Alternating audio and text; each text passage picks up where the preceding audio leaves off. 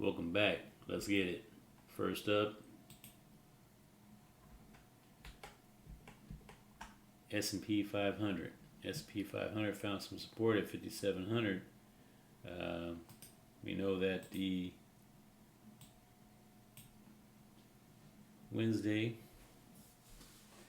is usually a late in the afternoon starts to sell off. We might get a little bit of a push up in the morning, but usually in the afternoon on Wednesdays we start to get a little bit of a sell off. Doesn't happen all the time, but generally, it happens, quite often.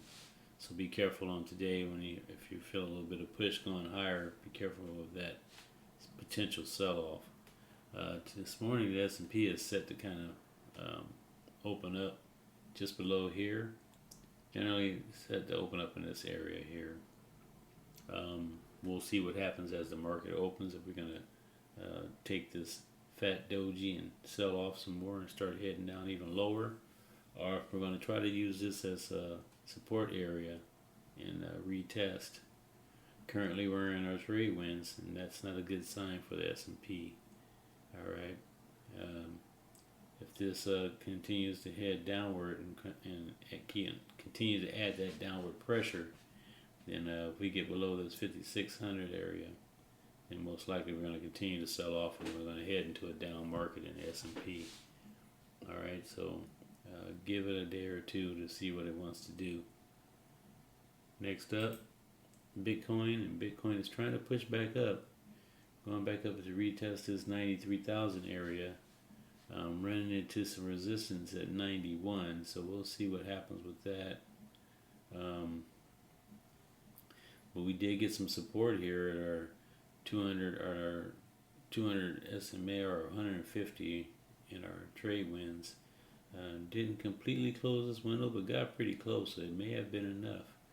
We'll see what happens with that, but we know we're trying to retest this 20-day simple moving average, coming over to act as resistance.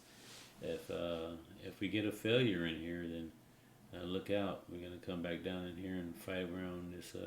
See if the trade winds will continue to prop us up. If the trade winds don't, and we get below, then look out. If these winds start to roll over, then we got that overhead pressure, and then it's going to continue to force us down.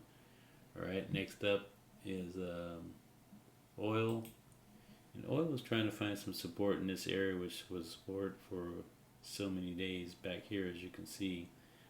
This area, I say, because we did get a little bounce down in here at one point and pop back up. So just kind of keep an eye on oil. If it holds up in here, then we know we're going to stay and bounce around in this range for a while.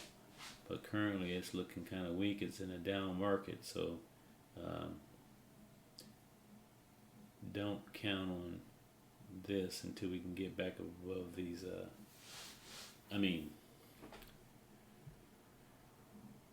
It's still in the down market, so just be careful of if you're going long. If you're trying to, buy here, buy low, and maybe sell high. Be careful, because it may continue to head lower. Next up is gold, and gold is trying to push back up to get through this 29.69 area. Got a little doji here coming in, but be careful. It's showing some weakness. You may want to come back down in here and regroup, and then try to go higher. But if it does get below these moving averages here, then we're going to have some issues and continue to sell off most likely, and come back down into here to retest this support area. Because we only got a couple of tests here, and they weren't very, it was just kind of like boom, and then this little touch, and then it took off. So if we do get back down in here, then it may want to bounce around a little bit before going back to retest this high up here, so which would indicate our range or channel, or whatever you want to call it, this area of oscillation.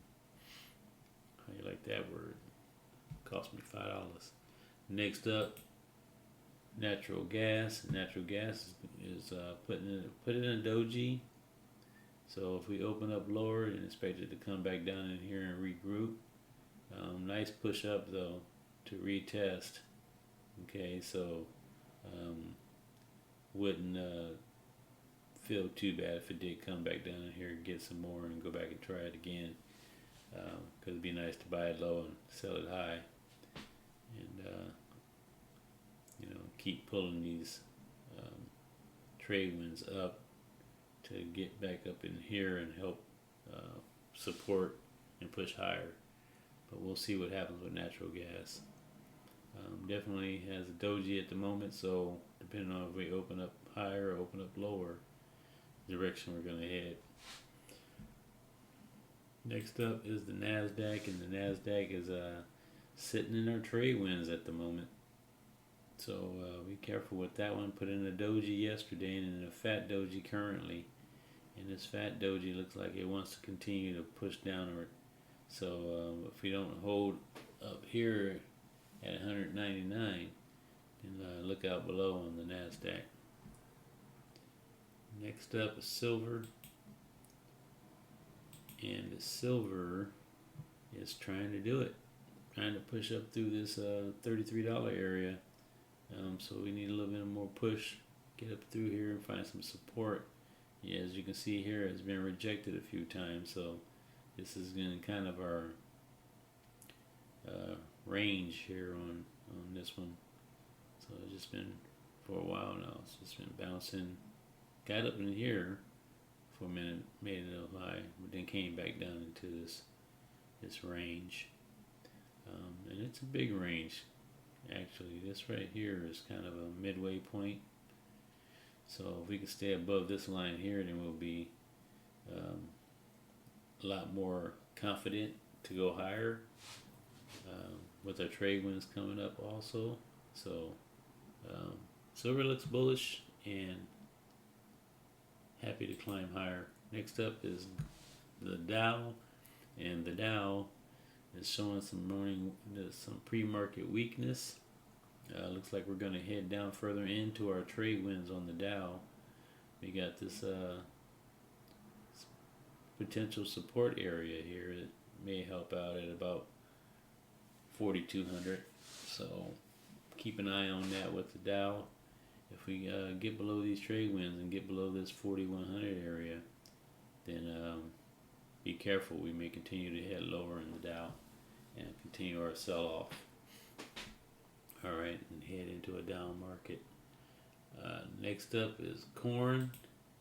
And corn hit our trade winds, try to find some support at this $448 area.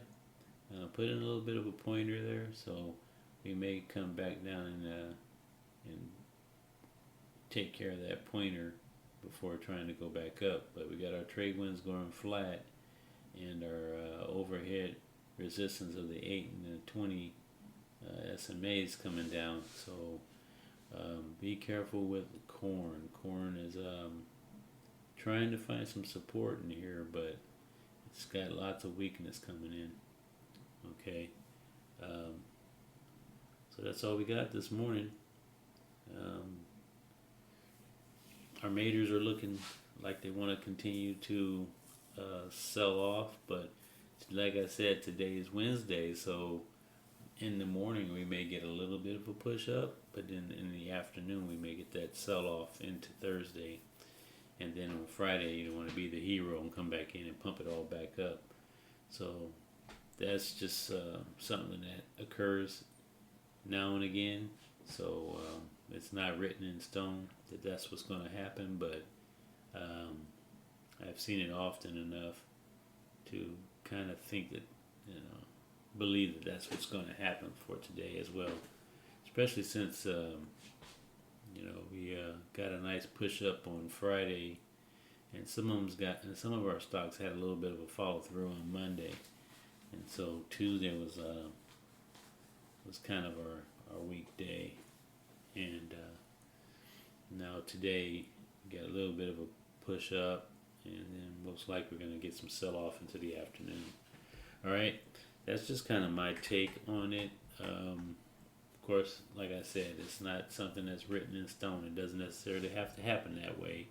So be careful with, but besides that, your trade should already be on anyway. You should have already picked the stock that you're going to run this week, or a couple of them anyway that you're going to run. Have your stops in and have your price target. So if you're trading, if you're long terming, then most likely you probably have some puts on your runners, and protecting your profits. So that's all I got for now for this morning. Check back later to see if I got something new coming out for you.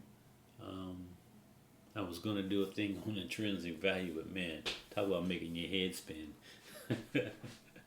Boy, I leave that to the really smart guys.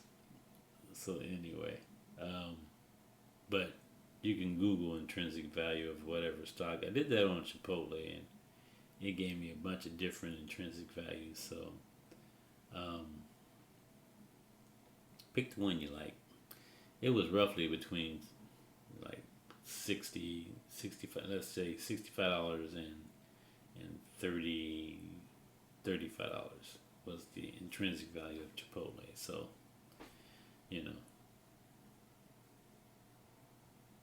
do what you will with that. Alright, that's all I got for now. Like, subscribe, hit the notification bell, and be careful out there. These markets are crazy.